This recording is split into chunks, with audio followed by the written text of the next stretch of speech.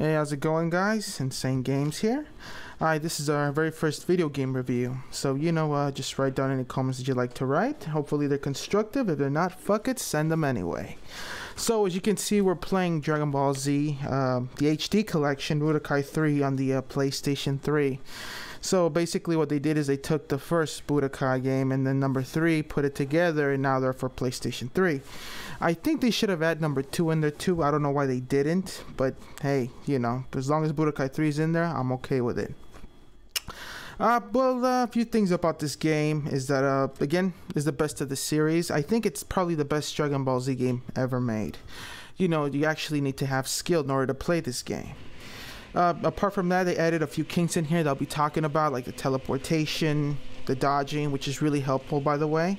And it really brings out the, Dragon Ball Z in the game because, if you watch the show or the cartoon, you know that they're always teleporting and flying everywhere.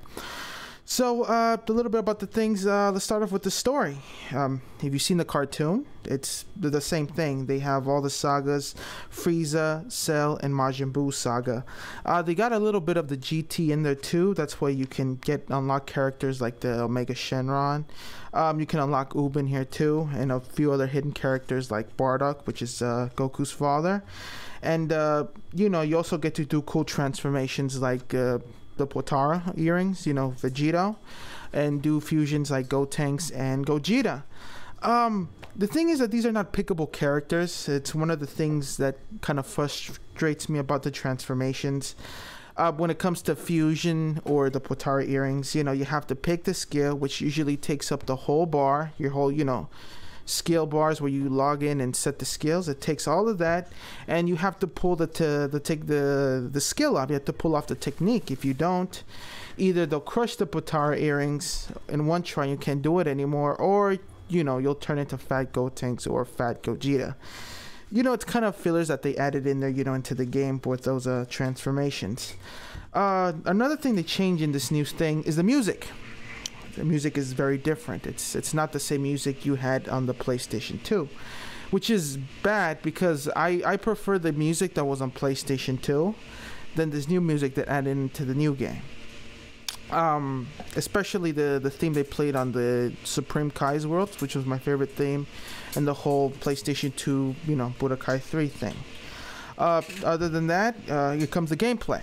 Now the gameplay, this is what actually makes this game. This is what sets this game all the way, to the top.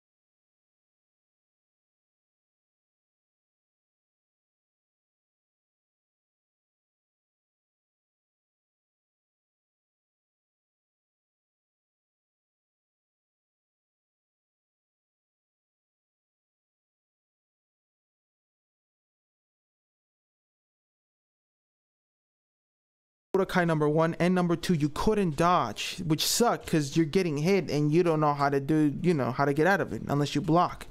But by dodging, moving out of the way and dodging and ducking and everything, the game is so fast paced. Two good players versus each other, this game could take 10, 20, up to maybe 30 minutes depending on how good you are. It's because everything is so fast paced. You're moving, teleporting, dodging. You have to buy time to increase your ki, and it's really insane, which is one of the greatest things about this game. It's really fast paced. Other than that, as for the characters, you get your, Tenshinhan, Goku, Gohan. Characters that they out in here were characters from the Majin Buu saga. You get all 3 of the, Majin Buus, the Fat Buu, Super Buu, and Kid Buu. Super Buu is my favorite, by the way.